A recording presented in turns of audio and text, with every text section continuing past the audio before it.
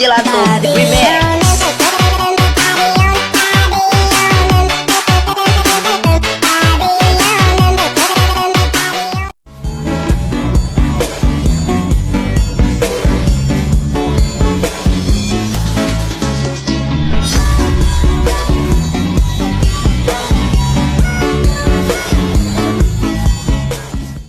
Halo everyone, Assalamualaikum warahmatullahi wabarakatuh. Saya Jija Pratiwi dari NIM 2000269. Di sini saya akan membahas materi yaitu rangkuman tentang pengertian dan pentingnya Pancasila sebagai ideologi negara di halaman 137.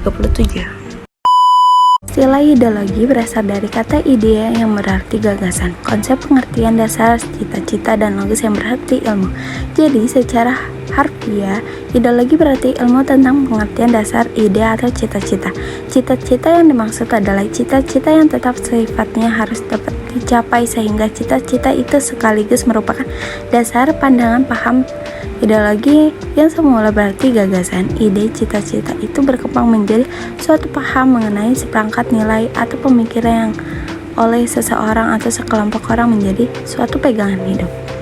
Menurut Hornby mengatakan bahwa ideologi adalah seperangkat gagasan yang membentuk landasan teori ekonomi dan politik atau yang dipegangi oleh seseorang atau sekelompok orang. 2. Soeharjono Sukarto mengatakan bahwa secara umum ideologi sebagai kumpulan gagasan, ide, keyakinan, kepercayaan yang menyeluruh dan sistematis yang menyangkut bidang politik, sosial, kebudayaan, dan agama. Dan terakhir, menurut Gunawan Setiarja, merupakan ideologi sebagai seperangkat ide asasi tentang manusia dan seluruh realitas yang dijadikan pedoman dan cita-cita hidup. Kedua, fungsi ideologi dalam masyarakat menurut Ramlan Subarakti tahun 1999 ada dua, yaitu satu, sebagai tujuan atau cita-cita yang hendak dicapai secara bersama oleh suatu masyarakat. Dua, sebagai pemersatu masyarakat dan karenanya sebagai prosedur penyelesaian konflik yang terjadi dalam masyarakat. Materi ketiga yaitu sifat ideologi.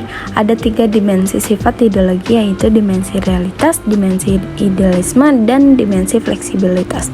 Satu, dimensi realitas yaitu nilai yang terkandung dalam dirinya bersumber dari nilai-nilai yang hidup dalam masyarakat, terutama pada waktu ideologi itu lahir, sehingga mereka betul-betul merasakan dan menghayati bahwa nilai-nilai dasar itu adalah milik mereka bersama. Pancasila mengandung sifat dimensi realitas dalam dirinya.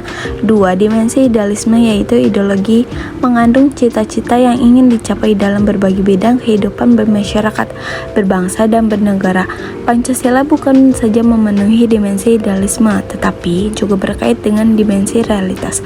Dan terakhir, 3, yaitu dimensi fleksibilitas, yaitu ideologi memberikan penyelenggaraan, memelihara, dan memperkuat relevansinya dari waktu ke waktu sehingga bersifat dinamis, demokratis. Pancasila memiliki dimensi fleksibilitas karena memelihara, memperkuat relevansinya dari masa ke masa. Materi keempat, ada faktor pendorong keterbukaan ideologi Pancasila. 1. Kenyataan dalam proses pembangunan nasional dan dinamika masyarakat yang berkembang secara cepat. 2. Kenyataan menunjukkan bahwa bangkrutnya ideologi yang tertutup dan berkecenderung merupakan perkembangan dirinya. 3. Pengalaman sejarah politik masa lampau. 4. Tekad untuk memperkokoh kesadaran akan nilai-nilai dasar Pancasila yang bersifat abadi dan asyrat, mengembangkan secara kreatif dan dinamis dalam rangka mencapai tujuan nasional. Pancasila sebagai ideologi bersifat terbuka, namun ada batas-batas keterbukaan yang tidak boleh dilanggar, yaitu 1. Stabilitas nasional yang dinamis. 2. Larangan terhadap ideologi Marxisme, Leninisme, dan komunisme. 3. Mencegah perkembangan paham liberalisme. 4. Larangan terhadap pandangan ekstrem yang menggelisahkan kehidupan bermasyarakat. Dan terakhir 5. Menciptakan norma-norma baru harus melalui konsensus. Materi kelima ada makna Pancasila sebagai ideologi bangsa Indonesia. Makna ideologi Pancasila adalah sebagai keseluruhan pandangan, cita-cita, keyakinan, dan nilai bangsa Indonesia yang secara normatif perlu diwujudkan dalam kehidupan bermasyarakat, berbangsa, dan bernegara. Karena pada hakikatnya Pancasila merupakan ideologi tersendiri yang merupakan bukti nyata mengaplikasikan jati diri bangsa Indonesia. Adapun terkait makna Pancasila ada dua. Satu, makna Pancasila sebagai ideologi bangsa Indonesia adalah bahwa nilai-nilai yang terkandung dalam ideologi Pancasila menjadi cita-cita normatif bagi penyelenggaraan bernegara. Dengan kata lain, visi atau arah dan penyelenggaraan kehidupan berbangsa dan bernegara Indonesia adalah terwujudnya kehidupan yang berketuhanan, yang berkemanusiaan, yang berpersatuan, yang berkerakyatan, dan berkeadilan. Dua, Pancasila sebagai ideologi nasional selain berfungsi sebagai cita-cita normatif penyelenggaraan bernegara. Nilai-nilai yang terkandung dalam Pancasila merupakan nilai yang disepakati bersama, karena itu juga berfungsi sebagai sarana pemersatuan masyarakat yang dapat mempersatukan berbagai golongan masyarakat Indonesia. Dan materi terakhir ada macam-macam ideologi. Satu, liberalisme adalah yang berdasarkan diri pada kebebasan individu. Dalam ideologi liberalisme, ekonomi banyak memberikan pemikiran bahwa kemakmuran itu dimiliki oleh setiap orang dan seluruh masyarakat seluruhnya. Ideologi menguasakan untuk mengerjakan kepentingan masing-masing. 2. Kapitalisme adalah sebagai sistem sosial berdasarkan HAM, sedangkan dari sisi ekonomi bisa diartikan sebagai sistem ekonomi yang mendistribusikan bahwa baku yang secara pribadi dimiliki dan diperkembangkan dengan mempunyai hak individu terutama properti. 3. Kolonialisme adalah tentang penguasaan oleh suatu negara atau bangsa lain yang bermaksud memperluas wilayah negaranya. Salah satu faktor munculnya ideologi kolonialisme adalah ambisi untuk menjadi negara adidaya, menyebarkan ideologi dan agama kebangsaan atas bangsa yang istimewa, keinginan mencari kekayaan alam, dan tempat pemasaran hasil produksi. 4.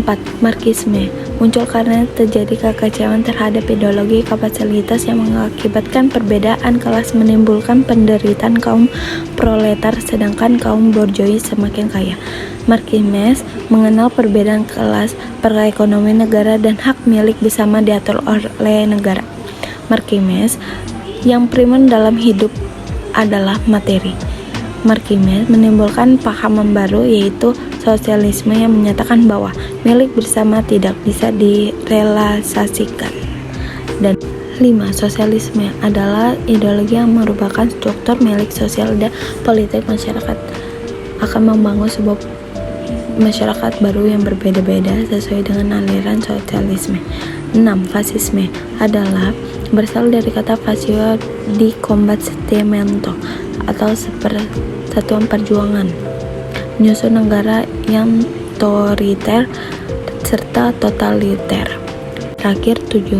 Nazisme adalah yang memimpin Hitler Jugend menulis buku Mein Kampf setelah Perang Dunia I, mengadakan pemberontakan dengan para buruh tapi gagal. Kemudian Hitler dengan dukung dan berkembang sehingga menjadi Führer atau pemimpin tunggal, mengajarkan bahwa bangsa Jerman adalah bangsa yang unggul, agung. Itu dia materi yang saya jelaskan, kurang lebihnya mohon maaf. Wassalamualaikum warahmatullahi wabarakatuh. Bye bye.